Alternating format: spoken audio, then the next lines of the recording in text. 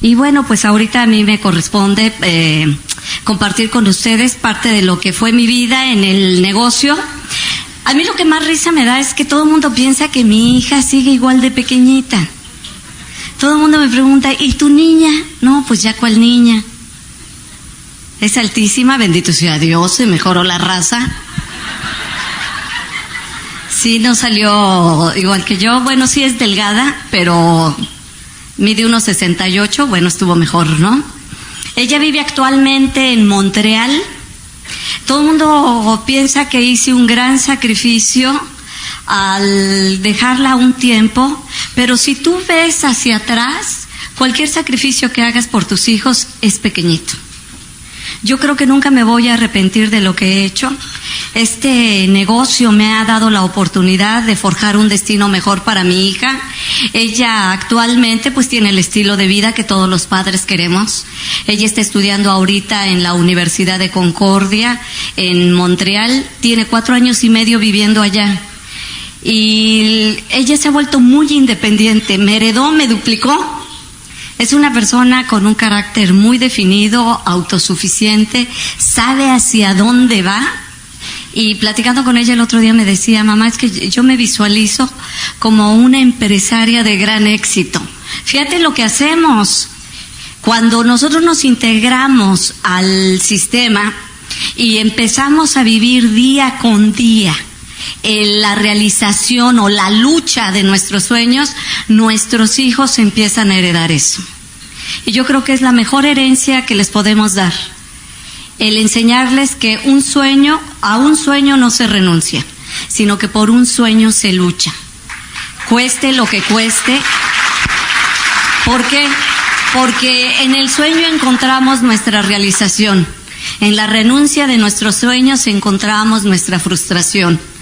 Y la frustración es el cáncer del alma.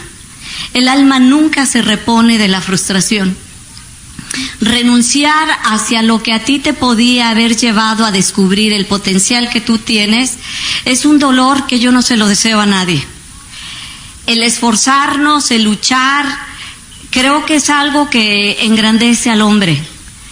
Ustedes saben que yo entré hace más o menos 14 años. En ese tiempo tenía 40 años y yo me sentía un poco frustrada. Había estudiado una carrera, pero esa carrera no me había llevado a ninguna realización. Por alguna situación apenas había yo conseguido el sobrevivir. A los 40 años tenía yo una niña de 4 años y medio, un montón de deudas. Estaba yo atrapada en un empleo que no me satisfacía, porque no solamente no ganaba lo que necesitaba, sino que estaba haciendo algo que no me gustaba, tenía que soportar a un jefe que no toleraba, y entonces poco a poco me fui frustrando. Yo pienso que cuando una persona se frustra, de repente es como si te empañaran el cristal de tu vida, y lo ves ya todo diferente, lo ves amargo, triste, gris. Y lamentablemente quien se lleva el resultado de esa frustración son las personas a las que más amamos, a nuestros hijos. Yo pienso, si no hubiera hecho este negocio, me imagino que ahorita sería una señora, no sé, varicosa, con sobrepeso, frustrada, hablando eternamente en pasado. Si yo hubiera, aferrándome a algún pequeño éxito pasado que hubiera tenido, es que yo algún día fui, y añorando lo que pude haber sido. Cuando nosotros somos jóvenes pensamos que nos vamos a comer el mundo. Cuando yo tenía 15 años juraba que a los 20 iba a ser millonaria. Cuando llegué a los 20 estaba apenas en la universidad. Y bueno, dije, me doy otros 5. Juraba que a los 25 todo era cuestión de recibirme y seguramente alguien me iba a ofrecer la dirección general de alguna importante compañía. Yo me soñaba como una ejecutiva exitosa. Y bueno, llegué a los 25 y pues sales a pedir empleo. A los 29, afortunadamente, sí, yo ya era una ejecutiva de cierto éxito, pero a los 40 me había frustrado. Tenía demasiada edad para cambiar de empleo. tenía demasiado miedo para renunciar a lo poco que yo tenía. No era algo que me satisficiera, pero yo sabía que era muy difícil que alguna otra compañía me diera algo mejor.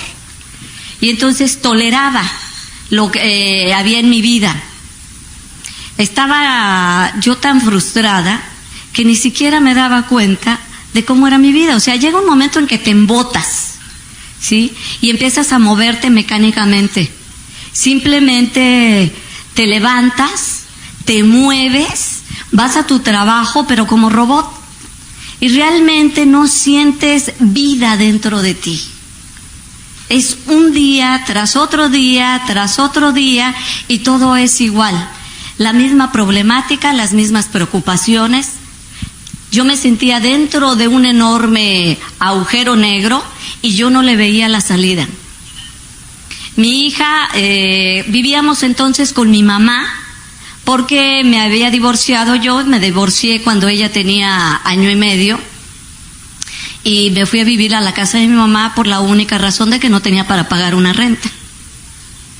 Entonces vivía a 45 minutos de la Ciudad de México. Realmente sin tráfico serían 30 minutos, con tráfico es más de 1:30. ¿Sí? Mi mamá vivía en un suburbio de clase media baja, en Ojo de Agua, y allá me fui a vivir yo con ella. Tenía un cochecito de medio uso, no muy bueno, al que yo cuidaba, igual que muchos cuidan su auto, y lo cuidaba más que mi propio cuerpo. ¿Por qué? Porque era mi único capital. Y era lo único con lo que tenía yo para moverme.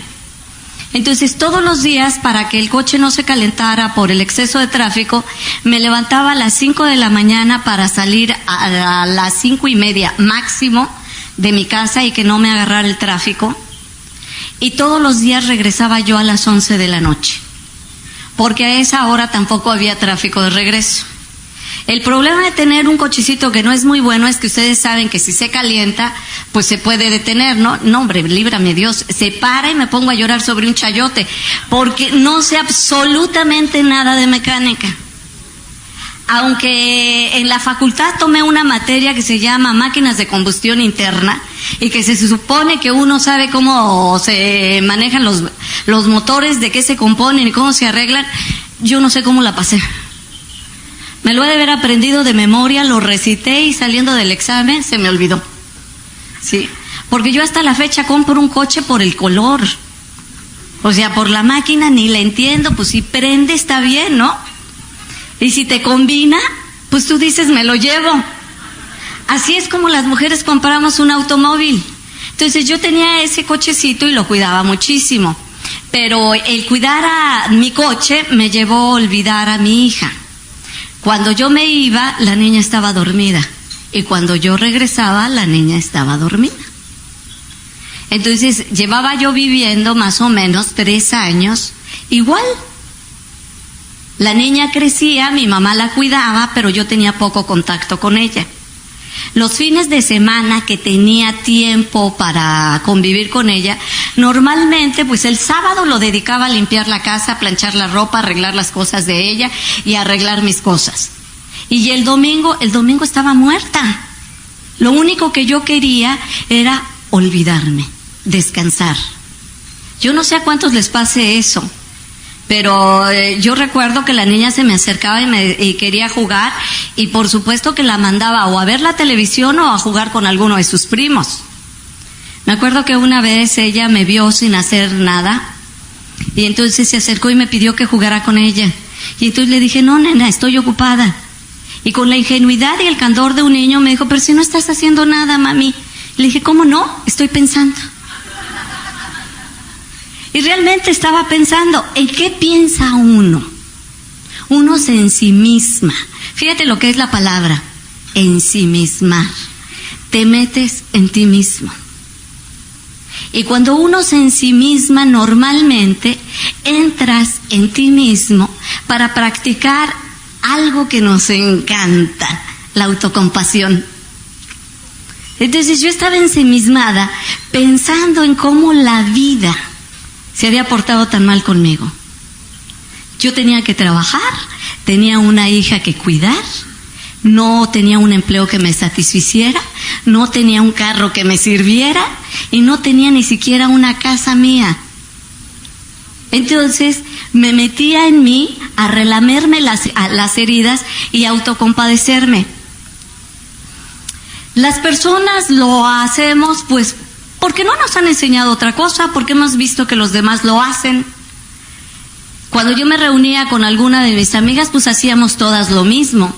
Cada una voltea sobre la mesa su mochila, ¿no es cierto? Y cada una saca su propia porquería. Al final de la reunión de las amigas, no nos damos cuenta de que está revuelta toda la porquería en la mesa y cada quien toma los trozos de la otra, vuelve a llenar su mochila y nos vamos. Y aunque es una palabra muy fea, la voy a decir en francés, todos nos llevamos la merde de los otros, porque todos compartimos todos nuestros negativos.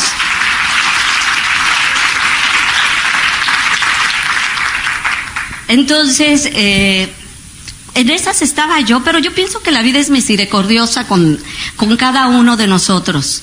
La vida a veces te golpea para ver si despiertas, para ver si nos damos cuenta. Y en eso estaba cuando un amigo mío me regaló un librito. Era un librito de pequeñas historias. No sé por qué me lo regaló.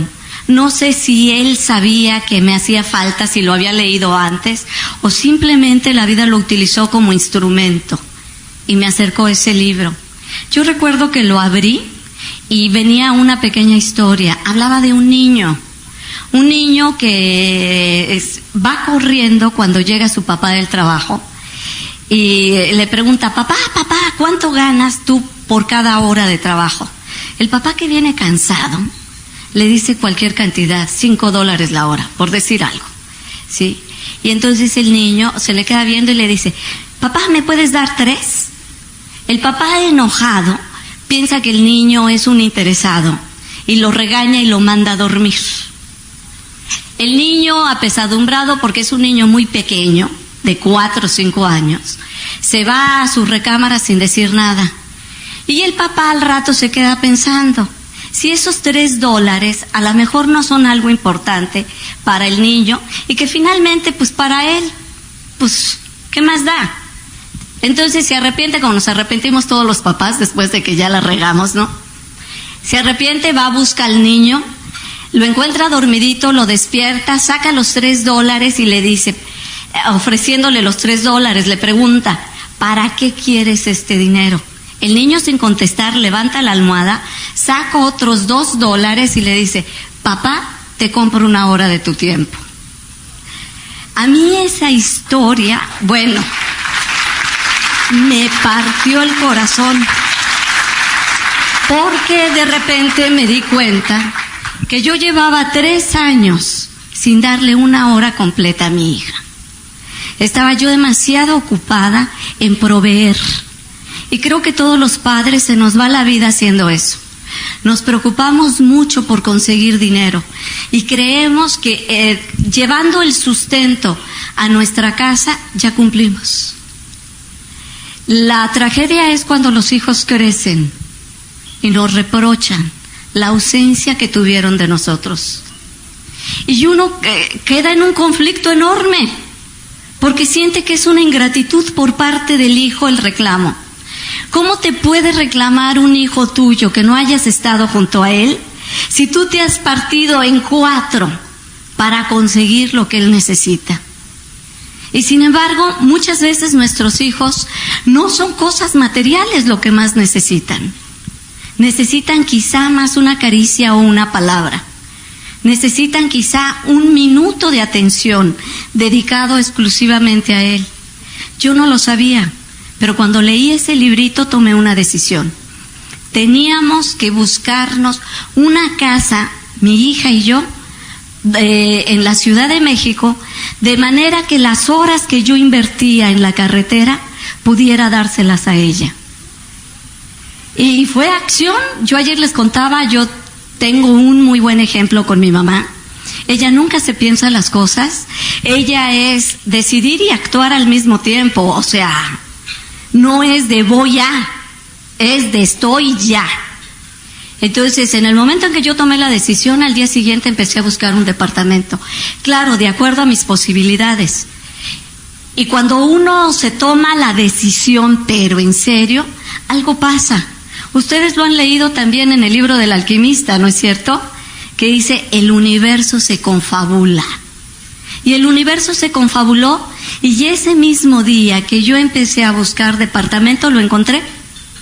Salí a la hora de la comida, y en 1 hora encontré un departamento cerca de mi trabajo.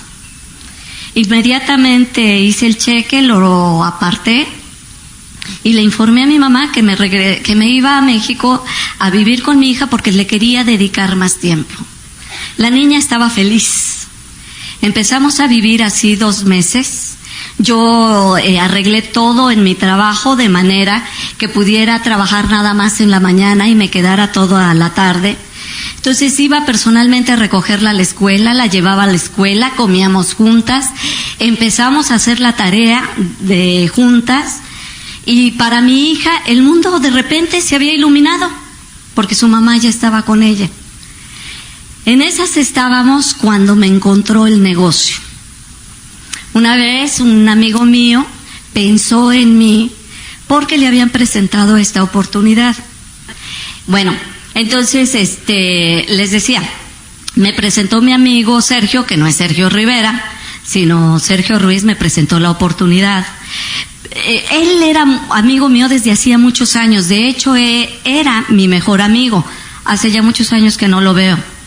Entonces, como nos conocemos, como se conocen los amigos, ¿no? Cada vez que él me contaba algo, yo le sacaba raíz cuadrada, porque yo sabía que lo que él decía siempre era un poco exagerado. Entonces fue y me contó de este negocio y me dijo, nos vamos a hacer millonarios y lo único que necesitamos es meter un montón de gente. Y entonces yo dije, pues como habíamos estado juntos en las pirámides, ya tenía yo la referencia con eso y dije, no, hombre, nos vamos a meter en otro lío. La última vez tuvimos que pagar un chorro de lana, ¿no? Entonces le dije, no, Sergio, tú siempre andas con tus tranzas y por eso luego nos va mal. Entonces yo no quise saber nada. Pero él me insistió, y la tercera vez que fue a verme, yo vivía en un departamento en el primer piso que tenía las ventanas de pared a pared y con esas persianistas mini blind. Entonces, obvio, cualquier persona desde la calle podía ver perfecto lo que había en mi casa, ¿no? Entonces yo estaba platicando con el papá de mi hija que había ido a verla cuando veo que se estaciona el carro de Sergio. ¿Sí? Y en cuanto lo vi, para que él no me viera, que me aviento pecho tierra sobre la alfombra. Y así pecho tierra que me voy hasta la cocina. Pues mi exmarido se me quedó viendo como diciendo, ¿qué onda, no? Y entonces me sigue hasta la cocina y me dice, ¿qué le debes? Y le digo, no, es que me está invitando a un negocio y ya estoy hasta aquí, ¿no? Entonces le digo a la muchacha, ahorita que toque le dices que no estoy, ¿sí? Y entonces me dice mi exmarido, ¿a qué negocio te está invitando? Le digo, yo no sé, yo no le entendí, yo no sé. Y me dice, ese mismo. ¿Sí? Entonces me dice, fíjate que yo no sé exactamente de qué se trata. Mi mujer, porque mi exmarido ya se había vuelto a casar, la invitaron a una reunión y me llevó. Pero yo me salí a fumar unos cigarros, así que ni supe. Pero los productos que usan son excelentes. Le dije, ¿qué hay productos? Y me dijo, sí, ¿qué no te dijo él? No, nomás me dijo que había que meter un montón de gente y yo pensé que era una pirámide. Y me dijo, no, los productos son excelentes. Entonces yo ya motivada porque había productos que alcanzo a la muchacha y le digo, bájate por él y dile que siempre sí estoy. ¿Sí? Entonces ya bajó, Sergio ya subió. Y entonces, pero él ya llevaba otra estrategia. Ya había hablado con el directo de su red. Y entonces, me dijo, mira, yo no te vengo a decir ya que entres al negocio. Lo único que quiero es que me acompañes para que me digas si esto funciona o no funciona. Porque como tú sabes de mercadotecnia, yo quiero saber si le invierto tiempo o no le invierto. Y entonces le digo, pues pídete la información, tráemela, yo la estudio y te cuento. Y me dijo, no, es que sí tienen allí unos como libritos, pero cada vez que yo me acerco los esconden. Le digo, no hombre Sergio, eso es un fraude, entonces, pues ¿cómo que no te quieren dar información? Sí, yo no sé qué pasa, cada vez que yo me acerco, pum, guardan lo que tienen. Y entonces me dio mucho coraje, ¿no? Entonces le dije, ok, ven por mí. Pero fíjate, ¿cómo iba yo? Yo tenía la costumbre de dormirme con pants. Esas eran mis pijamas. ¿Por qué? Porque cuando te levantan nunca saben si te acabas de levantar o vienes de correr, ¿no? Y entonces, me puse yo mi pijama, tenía un pants y me puse un suéter largote para que se medio ocultara, ¿sí? Y así me fui con esas fachas al Open. Yo sé ni cómo nos dejaron entrar, ¿sí? Me fui con esas fachas y entonces ya alguien presentó el plan, pero yo le había dicho a Sergio, 1 hora, porque él me dijo, le dije, ¿cuánto tarda? Y me dijo, 1 hora. Ok, llegamos a las 8, a las 9 yo me salgo. Y que se extiende el que está presentando el plan. A las 9 yo vi, hora de irse, vámonos. Entonces, Sergio me dejó ir. Yo dije, me tengo que regresar en camión, ¿no? Pero la directo de él me alcanzó y me llevó el portafolio con toda la información que venía en el kit. Y entonces me dijo, disculpa, pero es que Sergio me dijo que tú eres una persona muy ocupada, que no te podías quedar, entonces te reuní esta información para que la analices. No, hombre, yo me fui, pero súper feliz. Me habían levantado mi sentido de la importancia personal hasta el cielo. Al Sergio no le habían querido dar nunca nada. Y a mí me daban todo el portafolio del kit. ¿Sí? Entonces, ¿cómo me fui? Nunca me enteré que había sistema. Pero yo llegué y empecé a revisar. A mí me interesó lo que escuché, pero no lo comprendí todo totalmente. A mí lo que me intrigaba era de dónde salía el dinero. Yo nada más quería tener claro de dónde salía el dinero. ¿Por qué quería tener claro eso? Porque yo no quería meterme en un negocio fraudulento que se pareciera a las pirámides. Entonces yo revisé todos los libritos, pero pues ni le entendí. Y entonces, me acuerdo, una parte de mí, mi corazón me decía que eso era bueno, pero mi mente me decía, ¿y si te vuelves a embrollar en otro rollo? Entonces yo me acuerdo que yo le pedí a Dios, yo no sé ustedes, yo soy sumamente creyente. Cuando yo no puedo solucionar algo, le pido a Dios que me eche la mano. Y entonces, y que me ilumine las neuronas que sirven, pues para entender, ¿no? Y entonces, me acuerdo que yo me dormí pidiéndole a Dios 3 señales. Le dije, Dios mío, si esto es para mí, dame 3 señales para que yo empiece a hacerlo. Porque yo llevaba meses de pedirle a Él, ponme algo. Porque el dinero no solo no me alcanzaba, sino que yo estaba harta de hacer el trabajo que estaba haciendo. Mi jefe tenía la costumbre de jinetearse la lana de los clientes. Y luego me obligaba a mí a mentir, cosa que además nunca hice. Entonces venía siempre el pleito y el reclamo. Él me decía, no, es que no te pones la camiseta, que no sé qué más. No, pues si ponerse la camiseta era mentirle a un cliente de, ya me mandaron a hacer mis muebles. Y yo, pues la verdad le decía, no hombre, para nada. Y entonces ya sabes, pues le hablaban a él y se lo ponían, ¿no? Y yo le había pedido a Dios, Dios mío, ponme algo. Debe de existir un empleo en el que no tengas que mentir para ganarte pues la papa. Y entonces a mí me latía que esto era bueno. Y yo me acuerdo que me dormí bien tarde y a las 5 de la mañana, pum, vale que me despierto. Acababa de ver claritito de dónde venía el dinero. Yo había trabajado anteriormente en publicidad. Había sido directora de ventas de una de las, directora de proyectos especiales de una de las agencias más importantes de México.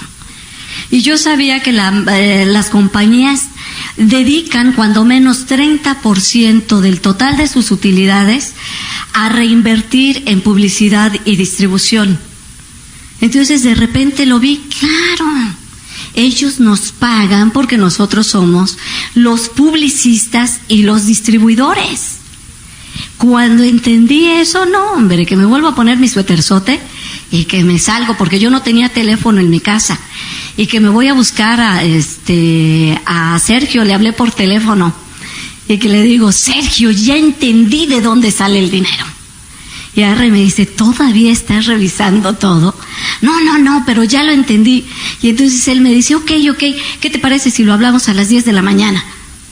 Pues es que yo estaba tan nerviosa que a mí ni me importó salir a esa hora a buscar un teléfono y despertar pues al que me había invitado, ¿no?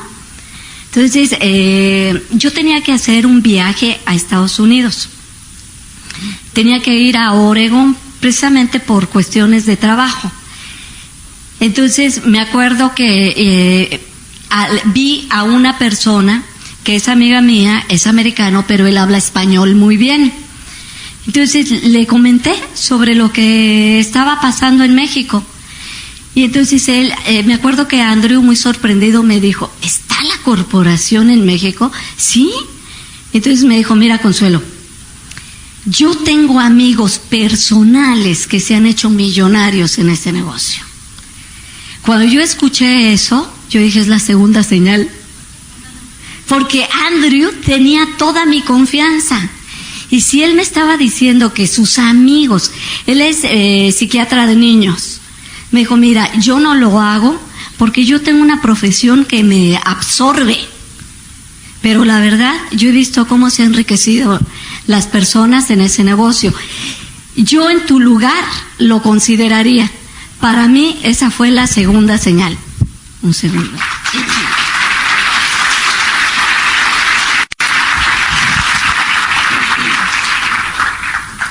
Y bueno, pues ya con esa perspectiva, pues que le hablo a Sergio, regresé, y que le hablo rapidísimo. Recuerdo que regresé un domingo y entonces el Open era el lunes. Y le dije, Sergio, me quiero inscribir. Y me dijo Sergio, ok, pues nos vemos mañana en el Open. Y le dije, ¿a qué horas es? Me dijo, pues a las 8 de la noche. Bueno, te advierto que si tú no estás a tiempo, porque Sergio nunca fue puntual ni para nacer, ¿sí? Entonces le dije, te advierto que si tú no estás a tiempo, yo me inscribo con el primero que encuentre. No, hombre, la primera vez que veo que el Sergio llega antes que yo. Yo iba llegando y Sergio allí en la puerta viendo a ver de qué lado llegaba yo con su cajita aquí abajo, ¿no? Entonces ya me inscribí, pero pues yo no sabía nada del sistema. Yo no supe, entonces lo aventé y le dije, bueno, esto no es importante. Lo verdaderamente importante es por qué lo vamos a hacer. Y yo estaba tan entusiasmada que de lo único que les hablé a esas 13 personas fue de mi sueño. Y los contagié porque a través de mi sueño ellos vieron el suyo. Y en ese momento, de las 13, todos quisieron inscribirse. Entonces yo les dije, ok, pues me van dejando dicho porque si no se me olvida. Tienen que pagarme el kit ahorita para que yo se los entregue mañana. Y entonces, pues unos traían, otros no traían, que para mañana, que no sé qué más. Y al día siguiente yo hice repartidera de kits. Y entonces le hablé a Sergio y le empecé a informar.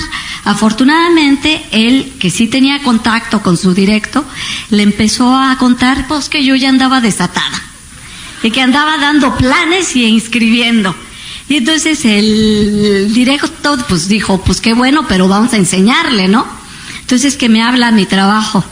Y me acuerdo que me dijo, señora fulana de tal, sí, ay, bueno, pues mucho gusto. Mire, yo soy Tony Romero, soy el directo de su línea. No me conoce, pero me pongo a sus órdenes, que no sé qué tanto, sé que usted tiene una reunión hoy. Me gustaría apoyarla. Y yo dije, ¿y este quién es? ¿Y de cuánto acá tanta amabilidad, no? Entonces yo le desconfié porque yo pensé que me quería robar a las personas. Y entonces que le doy la dirección y la hora mal. ¿Sí? Y me lo libré. Entonces yo fui, hice mis reuniones, estaba entregando los kits y que lo veo aparecer. Entonces él se fue, se puso enfrente del pizarrón y dijo, buenas noches, yo soy fulano de tal, soy el directo de la señora y estoy aquí por una amable invitación de ella. Sí. Y entonces dijo, y me invitó para aclararles, para comentarles unas cuantas cositas. Y que se arranca hablando del sistema.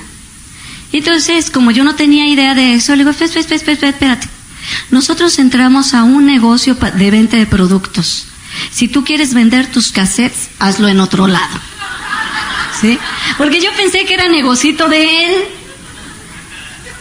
Y entonces él se me quedaba viendo como diciendo, Dios proteja la ignorancia, ¿no? Y empezamos a discutir delante de las 13 personas y todos nomás viendo. Entonces al final, él me dijo, yo no puedo creer que exista una persona tan humilde que no pueda enseñarle a otro, ni tan soberbia que no acepte aprender de otros. Y yo dije, en la torre, sí, me está poniendo en evidencia con los que yo conozco. Yo dije, la humilde Consuelo, no, pues. Entonces le dije, bueno, vamos a hacer una cosa, yo te voy a comprar tus casetitos, los voy a escuchar, y si yo considero que son buenos, yo se los doy a mi grupo. Entonces él movió la cabeza y me dijo, está bien. Entonces me dio el six-pack, porque eran 6 cassettes que amarraban con una liga. Ese era nuestro sistema. Entonces me lo da y yo empecé a escucharlos en mi casa. El primero era de un cubano que a mí me pareció que era Nananina y Tres Patines. Yo dije, ¿qué hacen Nananina y Tres Patines aquí, no? Finalmente no me gustó y lo quité. Y luego el segundo era Nananina y Tres Patines 2. Y entonces yo dije, no, pues si así están todos, espérate, yo no quiero. Por fin dije, el último que escucho. El último me salvó la vida. Era un puertorriqueño que le entendía yo ya más. Porque a los otros 2 cubanos que no hablaban bien español, yo no les entendía. Al puertorriqueño le entendí muy bien, pero sobre todo porque él sí hablaba con sabiduría. Él tenía como cierta profundidad que se identificaba conmigo. Él empezó a hablar de que tenía 13 coches, de que tenía una casa, de que había estudiado hasta la secundaria y que solo por hacer todo lo que le habían dicho como receta de cocina, en un año había llegado a Perla y había ganado tal cantidad de dinero. Dije, no hombre, este sí habla bonito. Lo volví a poner. Y entonces él mandaba un reto. Él decía, haz el negocio por un año, pero hazlo igualito a como te dice tu línea de auspicio, sin cambiar nada. Si en un año no te resulta, déjalo. Pero si te resulta, continúa hasta diamante.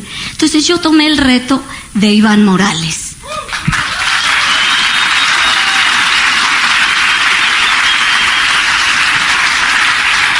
Iván para mí siempre fue uno de mis diamantes y sigue siendo uno de mis diamantes preferidos.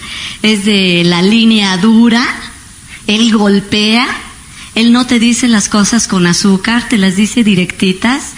Y fue uno de los diamantes más exitosos en este negocio, de los que más dinero ha ganado. Y gracias a él yo me integré al sistema. Le pedí a Tony, dales cassettes a todos, pero quítales los de Nananina y Tres Patines. Sí, me decía, no, Consuelo, porque los cassettes que a ti no te gustan, a otro lo van a motivar. Sí, a ti estos no te gustaron, pero hay muchas personas que han entrado por esos cassettes. Entonces les dio el six-pack completo y yo empecé a hacer el negocio tal cual me lo decía el sistema, tal cual Tony me iba dirigiendo. Tony me convenció a ir a mi primer seminario, lo cual le doy las muchas gracias. Por supuesto yo fui más que nada por no perder ¿cuántos nos costaban? Creo que $5 la entrada al seminario. Entonces el día domingo me daba mucha flojera levantarme, llevar a la niña, que la cuidaran, bla, bla, bla, bla, bla. Pero ya había gastado mis 50 pesotes, entonces yo dije, no, ni más, como sea, pues vámonos, ¿no? Entonces fui al seminario y la pareja que dio el seminario fue tan buena que logró convencerme a ir a la convención. Había un pequeño problema, la convención era en Orlando y costaba, pues no sé, como $1,500, no la convención. Todo el mundo me corrige, me dice, Consuelo, nunca cuesta $1,500 una convención. Y digo, ¿y el shopping no cuenta? A mí me salió en 1,500 porque pues también le incluye el shopping, ¿no? Pero yo no tenía dinero. Entonces, mi héroe, Iván, decía que había vendido su coche para ir a una convención. Pregúntame qué hice. Tostoneé el cochecito, pero a la de ya. Puse un anuncio y el primero que llegó se lo vendí en lo que me lo ofreció. ¿Por qué? Porque yo tenía que irme a la convención. Entonces fui a la convención porque Tony me había dicho que si yo iba a esa convención, yo me iba a traer el compromiso. Yo no sé qué entendía yo, no sé. Si el compromiso me lo iban a poner en un costal, me lo echaba yo en la espalda y me lo traía, no sé. Pero Tony me había dicho, y es importante que tú tengas el compromiso, porque si tú tienes el compromiso, tú llegas a diamante. Yo no entendía qué era eso de llegar a diamante, pero lo que entendía era que era mucho dinero. Yo me acuerdo que le pregunté, Tony, ¿cuánto gana un diamante?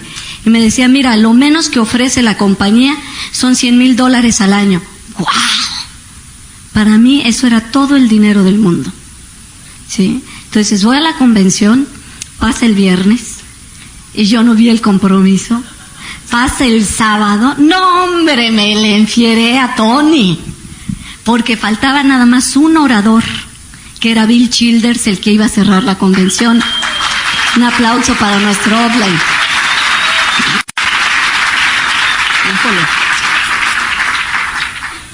Y entonces le dije a Tony, oye, tú me dijiste que yo iba a agarrar el compromiso aquí y ya estamos en las últimas y yo no veo el compromiso.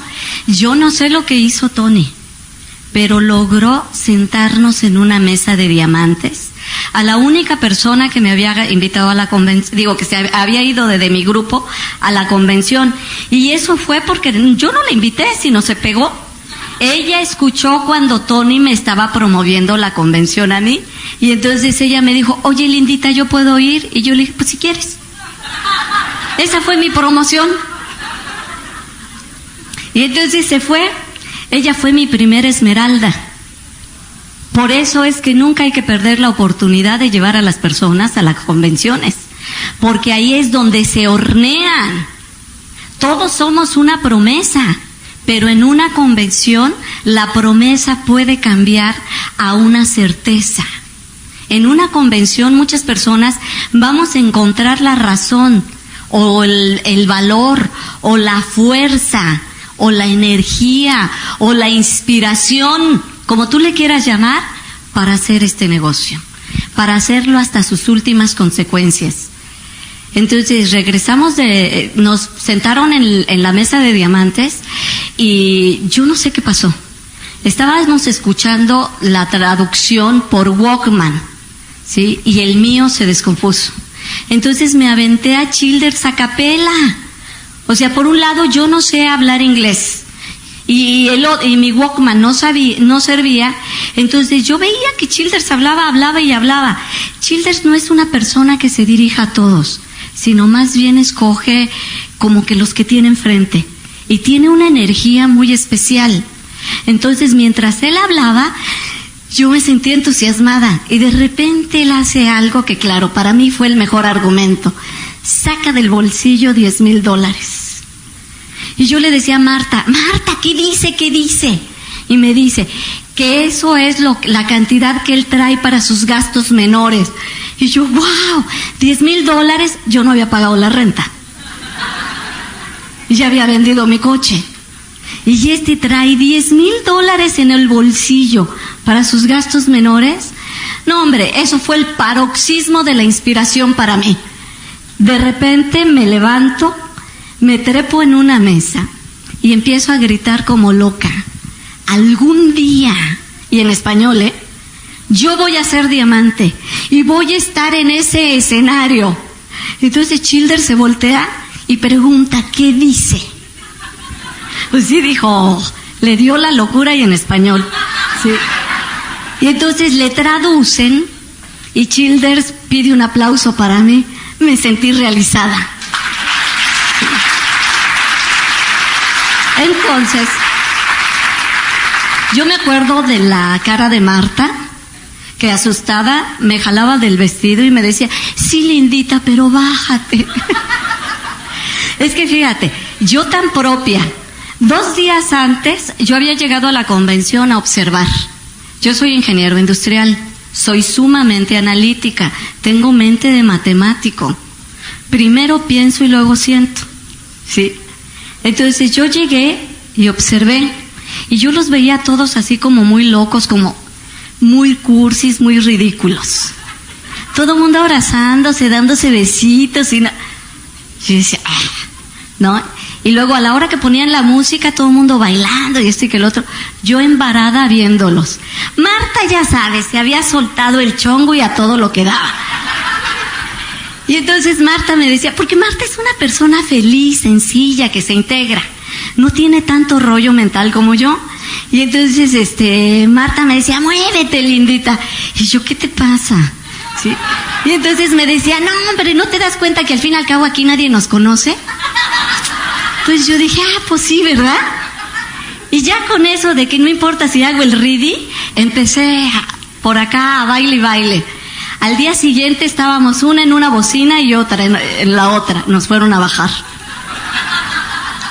Entonces, fíjate, en 48 horas había cambiado mi personalidad. De ser una persona totalmente inhibida,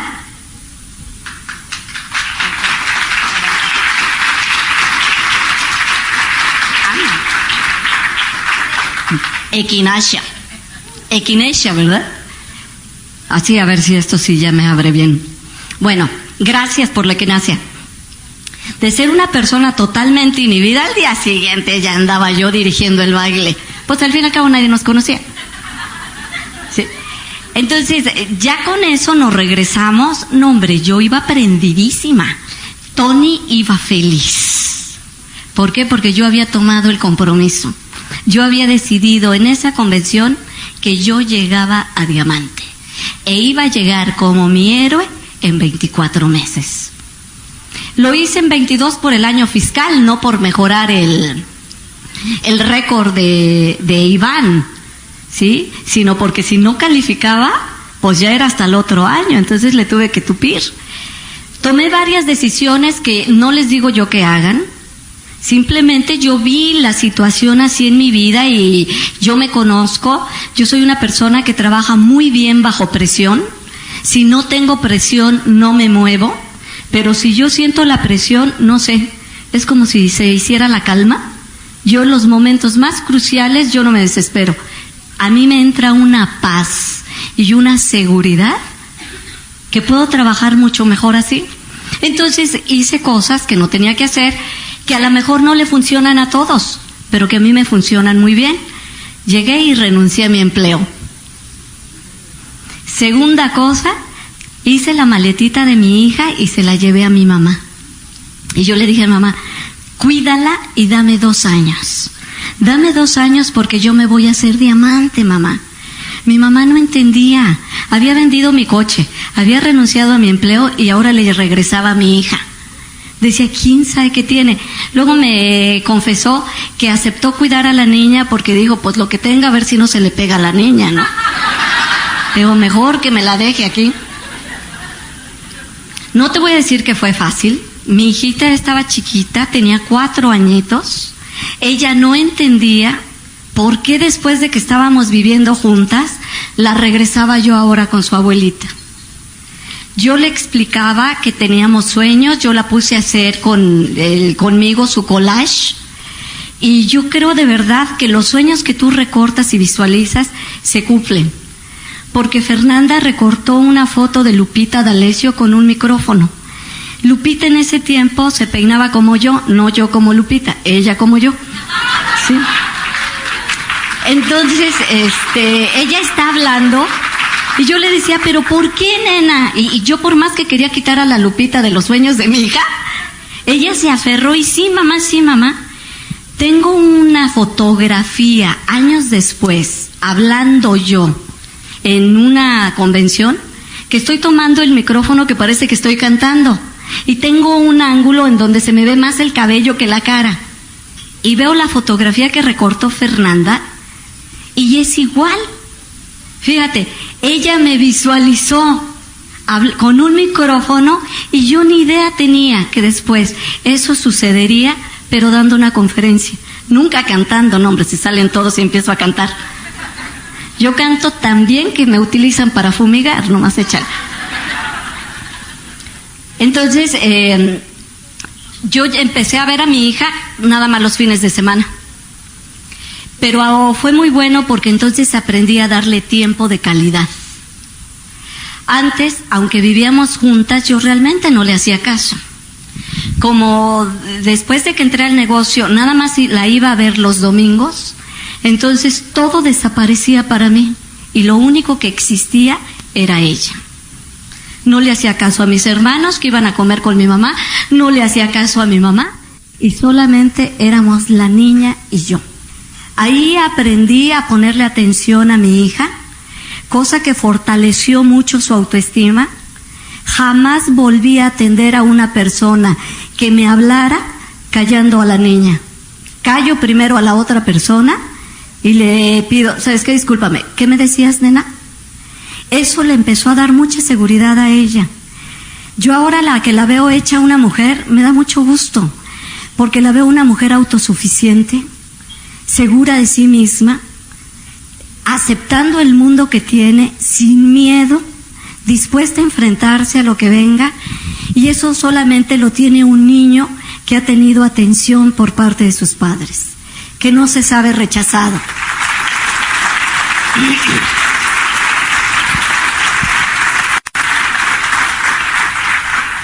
Claro que no fue fácil. Mentiría yo si te dijera que fue sumamente fácil y que no nos dolió a ninguna de las dos.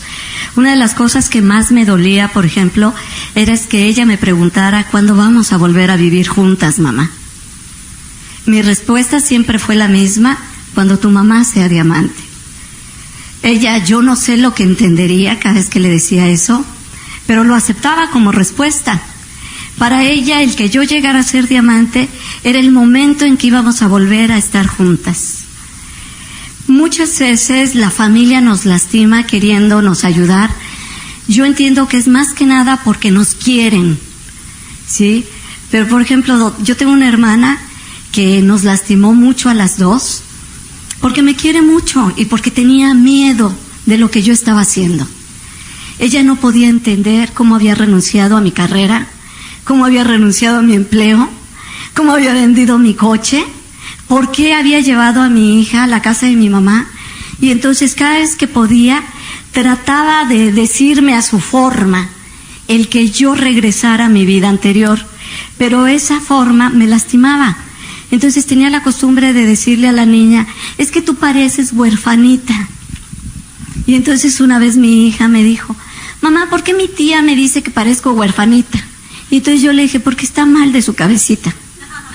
Así que no le digas nada, pero es que tu tía está muy enfermita. Pues sí, ¿qué le dices? ¿Sí? Finalmente ahora mi hermana me felicita. Siempre dice: qué bueno que nunca me hiciste caso. Toda mi familia me respeta, pero las cosas tienen un precio. Muchas veces uno siente que el precio es gigante en el momento de pagarlo. Pero yo te aseguro que el día que tú estés subiendo como diamante, todo lo que pasaste se te olvidó. A mí me cuesta tanto trabajo recordar los momentos malos, que ahora que Charo me pidió, por favor, cuenta tu historia completa, yo decía: híjole, pues es que ya ni me acuerdo. ¿Por qué? Porque han sido 13 años de libertad económica, de bendiciones, de no trabajar, como dice Jim, de no tener la pesadilla de levantarte temprano. Hace poco tuve un sueño, y se los juro, fue real, Soñé que mi hermana, esta hermana, por alguna situación me convencía de que yo le hiciera un proyecto a su banco, porque yo me dedicaba antes a hacer eso, proyectos para diferentes compañías. Y no sé por qué me convencía y le aceptaba el proyecto al banco. Y de repente estaba yo como a media mañana, eran las 11 de la mañana, con un montón de personas en un restaurante pasándomela muy bien en el jijirijiji. Y de repente me acordaba: si yo ya estoy trabajando, yo tengo que estar en el banco. Y me entraba una angustia porque pensaba, van a correr a mi hermana por mi culpa. Van a correr a mi hermana porque yo no estoy cumpliendo. Y entonces empezaba yo desaforadamente a querer llegar al banco y pasaban un montón de cosas y no podía llegar. Tenía tal angustia que me desperté. Yo dije, ay, bendito sea Dios, solo fue un sueño, yo ya no trabajo. El día que tú no trabajes,